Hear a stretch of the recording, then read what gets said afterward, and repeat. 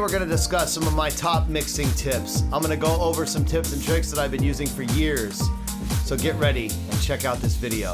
Okay, let's get into the top mixing tips that can help you get more efficient and produce better mixes. The first tip I have for you will speed your workflow up.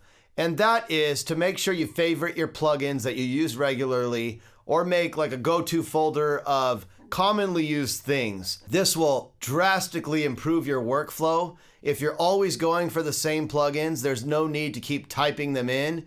You should literally just have a folder where you can grab them, or a favorites depending on the DAW that you're using, where you can easily access them. And there's really no questions asked. You're going to be shaving off a lot of time. And if you're doing a lot of productions or a lot of mixes or both, all of that time can add up. So make sure you save your favorites. Number 2, in the production phase, if you have bad sound selection, that's going to cause a lot of problems in your mix. Sometimes good mix engineers will replace sounds that bad producers left in place. There are cool plugins like drum replacement plugins that can literally take sounds and replace them with other ones. The possibilities these days are endless, or they'll literally just replace or layer another sound on top of the existing sound that you have. And so it always goes back to the original sound selection. That's really key. You know, garbage in, garbage out is the classic saying. So make sure you pick good sounds. Third tip I have for you is about volume. You want to make sure you get your volume right before you apply all of your effects. If you start applying all these effects and you're not paying attention to gain staging, then you're going to have some problems. Gain staging is super important, and I made a video on that, so I'll leave you a link so you can check that out. Make sure you get your volumes right. Most of the time, I see beginners setting volume too high. You really want to get that volume at a nominal level among all of your tracks, and you want to gain stage properly so everything adds up in the chain to where the master is good. And one of the top tips I have about volume, things like shakers and things that can be very buried in the back, beginners try to leave them up top. I suggest you try to bury those things in the back. One other tidbit about volume, I highly suggest you work in 24-bit. I made some old videos about bit depths and sample rates and talk about dynamic range with bit depth. You're going to have a much higher dynamic range when you're doing your mixes if you work in at least 24-bit, 32-bit float if your computer can handle it. But your file sizes are going to be much bigger, so you're going to need some hard drive space. But this will give you much more greater dynamic range on your faders, and they'll be more precise when you're doing your mixes. Okay, fourth tip, bad arrangement. Everybody tries to add, stack sounds. It just turns into a bunch of mud. You know, one of the things about arrangement is taking things away is still arranging. Removing something is part of the creative process, not just adding. So always do keep that in mind when you're producing or mixing or arranging. Good mix engineers will often take things out of the arrangement to make space that the producer added too much. So keep that in mind when you're doing your mixes. Not gain staging, but in this sense, I'm going to talk about from plugin to plugin. Just like I said about gain staging track to track is very important.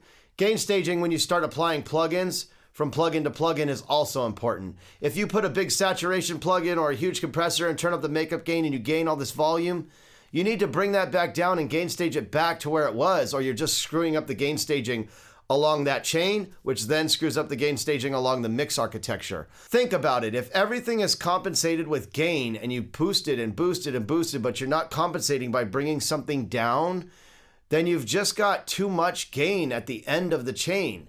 And then all of a sudden your volume is much higher, and then it just affects the volume of everything else. Then you got to turn your fader down. But once again, the fader is not as precise near the bottom as it is at the top. So gain staging is important. Make sure if you're adding gain from plugin to plugin, you're compensating along the way. Also, please note, some plugins like UAD hardware recreations want things fed at around -18, which is typical for analog hardware. And if you're feeding it a lot hotter than that, you can do it, but you might get some distortion or artifacts or various things. And that's just the nature of the way those plugins work. So it's very important to understand gain staging. Last but not least, just to high pass everything. I used to make this mistake all of the time, and it's such a big deal I made my own video about it. Go back and check out that video of where you should not high pass everything because you're causing a bunch of phase cancellation in your mixes. And the same can be said for the old school analog EQs. Obviously, that's where it comes from. EQ does cause phase cancellation. These days, things like FabFilter and stuff have prevented the phase cancellation from happening, but just how I know how EQs work, it's still something that I think about. And I've noticed that it makes your mixes thin. If you're high passing everything and it's not necessary, you're just taking away all this low end that could be in your mix. And it's not necessarily that you need all this low end, you need to carve space, but why would you take something out that isn't even there? If you have this vocal and it's not even hitting at 0 to 100, maybe 0 to 60, depending on the person, you know, why would you high pass all that other stuff?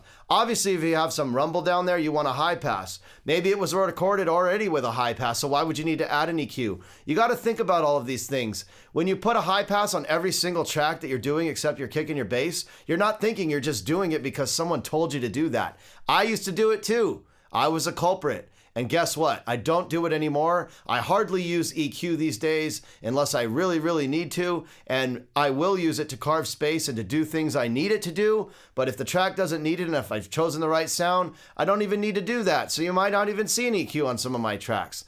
That's just the nature of picking good sounds. Thank you for watching this video. If you enjoyed it, please hit the like button, subscribe to my channel, and the bell notification will keep you up to date. That's my 7 top mixing tips for today. If you have any questions, shoot me a comment down below.